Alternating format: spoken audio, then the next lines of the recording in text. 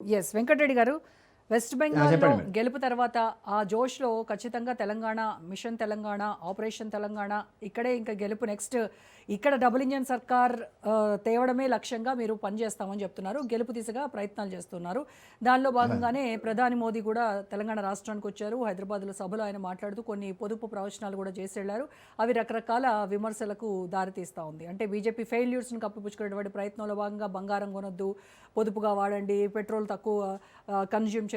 ఈ రకంగా చెప్తా ఉన్నారు. సో, ఇక్కడ మీరు బెంగాల్ పరిస్థితులు వేరు, తెలంగాణ పరిస్థితులు వేరు. బెంగాల్‌లో సాధించినట్టుగా దశాబ్దాల పోరాటం ఫలించినట్టుగా తెలంగాణలో కూడా బీజేపీ జెండా ఎగురుతుంది అనేటువంటి ఆశలు అవి కలలుగానే మిగిలిపోతాయి అని చెప్పేసి చెప్తున్నారు. ఎందుకంటే ఇక్కడ బలమైనటువంటి ప్రాంతీయ పార్టీ ఉంది. అధికారంలో ఉన్నటువంటి ఒక జాతీయ పార్టీని. ఈ రెండింటిని ఢీకొట్టడం అనేది బీజేపీకి అంత సులువైనటువంటి అంశమా? ఇప్పుడు ఒకటే రోజా మేడం. మీరు చెప్పినవన్నీ గూడా గత కొంతకాలం నుంచి భారతీయ జనతా పార్టీ తెలంగాణలో ఎదుగుతుందా? ముందుకొస్తుందా? అనేటువంటిది గెలుస్తుందా? అనేటువంటిది సందర్భం లోపల చాలామంది విశ్లేషకులు, రాజకీయ పార్టీలు మాట్లాడినట్టు కొత్తగా ఏం లేదు. హ్మ్. మేము లోకసభ ఎన్నికల్లో 35% ఓట్లొచ్చిన తర్వాత మీరు ఊహించారా? 35% ఓట్లొస్తే భారతీయ జనతా పార్టీకి 8 సీట్లతో మీరు గెలుస్తారనేది కూడా మీరు? ఊహించుండరేమో.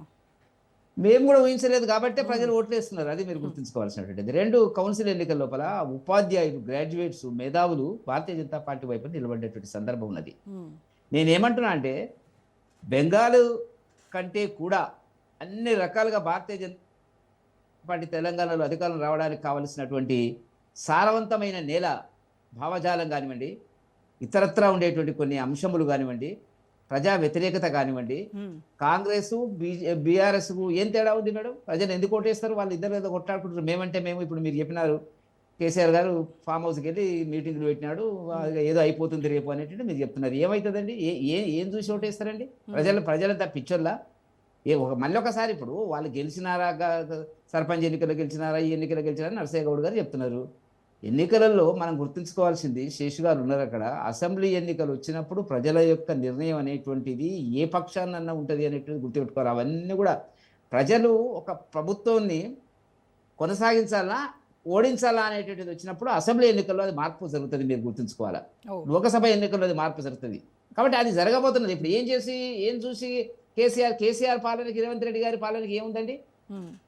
అదొక పెద్ద కుటుంబ పాలన, ఇదొక చిన్న కుటుంబ పాలన. అవినీతి 9.5 ఏళ్ళు వాళ్ళు చేసినారు. ఇప్పుడు 2.5 ఏళ్ల పాలన మనకు అంతకంటే ఎక్కువ విస్తృతపరిచినారు. పార్టీ ఫిరాయింపులు వాళ్ళు చేస్తే 60 మంది ఎమ్మెల్యేలు, ఎమ్మెల్సీలను చేస్తే వీళ్ళు చేసినారు. హ్మ్. హామీలు వాళ్ళిచ్చినారు, వీళ్ళిచ్చినారు. వాటి మీద చర్చ లేదు. హామీలు అధికారంలో రావడానికి హామీలు ఇచ్చినారు తప్ప అమలు చేయడానికి వాళ్ళు వాళ్ళ మీద అంటున్నారు డబ్బులు లేవని. డబ్బులు ఉన్నాయా లేదా చూడకుండానే హామీలు ఎట్లిచ్చినారు మీరు? హ్మ్. నేనేమంటున్నా అంటే, ఉద్యోగస్తులు రిటైర్ అయిన వాళ్ళు చచ్చిపోతున్నటువంటి పరిస్థితి, మీరు జీతాలు ఇవ్వలేని పరిస్థితిలో ఉన్నారు. పే రివిజన్ ఇచ్చేటువంటి పరిస్థితులు ఉన్నారు. వాళ్ళు డీఏలు ఇచ్చే పరిస్థితిలో ఉన్నారు. చాలా చర్చ జరుగుతున్నది కదా! మేధావులలో పెద్ద చర్చ జరుగుతుంది. మామూలుగా ప్రజలకొచ్చేటప్పటికి రైతు భరోసాకు సంబంధించి, హ్మ్. రైతు బంధుకు సంబంధించి చర్చ. ఆయన ఇచ్చినాడు, ఆయన ఉన్నా గూడా ఇయ్యలేని పరిస్థితి ఉండేది. ఇప్పుడు వీళ్ళు 2 ఎగ్గొట్టినారు. ఒకటి 2 ఎకరాలకు ఇచ్చినారు. ఏం చెప్పాలనో అర్థమైతలేదు. హ్మ్. చాలా హామీలున్నాయి. మీరన్నట్టుగా వాటి గురించి ఎందుకు మనకు అన్నీ తెలిసినటువంటివే.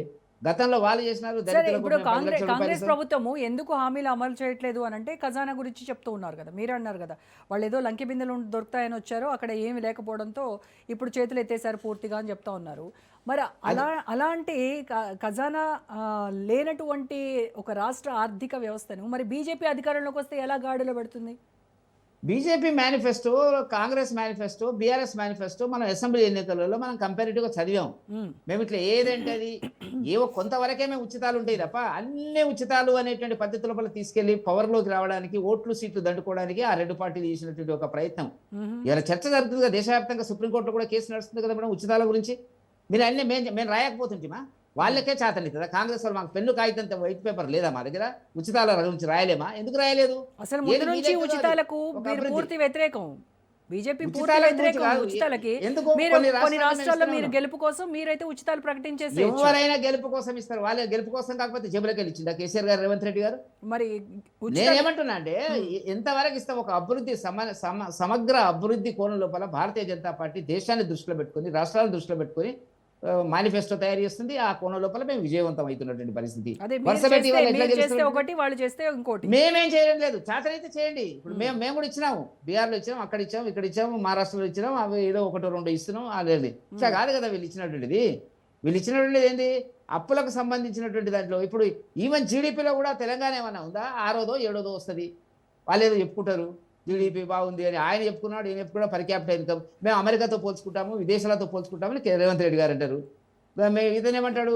జాతీయ కేసీఆర్ గారు వీళ్ళ చౌకబారు విమర్శలు ఆర్థిక సంబంధమైన అంశంలో తెలియకుండా జాతీయ జీడిపి కంటే మాది ఎక్కువ ఉంది అంటారు. పక్క నుండి తమిళనాడుతో చెప్పు, గుజరాత్తో చెప్పు, గోవాతో చెప్పు, ఆయన పోల్చుకోరు. కాబట్టి నేను ఏమంటున్నా అంటే రెండు కూడా అవినీతి కుంభకోణములు ఉన్న పార్టీల గురించి ప్రజల్లో చర్చ జరుగుతుంది.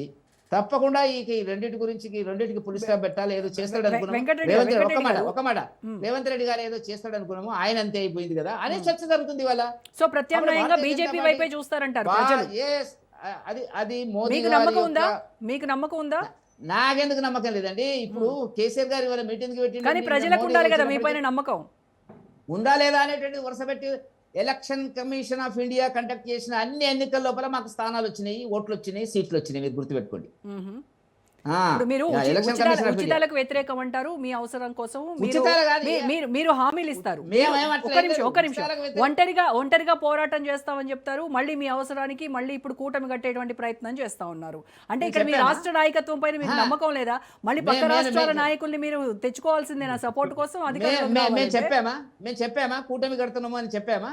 అయ్యో, చంద్రబాబు నాయుడు గారు మీరు రాస్తే కాదు కదా, మీరు వాళ్ళ సోషల్ మీడియాలో వస్తే కాదు కదా. పవన్ కళ్యాణ్కి ఆరోగ్యం బాగాలేదు, చంద్రబాబు నాయుడు గారింటికి ఆయన వెళ్ళాలనుకున్నాడు.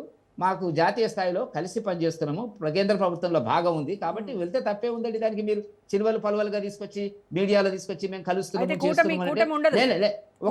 ఒకవేళ అటువంటి ఆలోచన ఉన్నట్టయితే మా తెలంగాణ రాష్ట్ర బీజేపీ నాయకులు ఎవరు కూడా మోదీ గారు వెళ్ళినటువంటి సందర్భం లోపల వాళ్ళ ఇంట్లో ప్రత్యక్షం అయ్యే వాళ్ళు లేరు.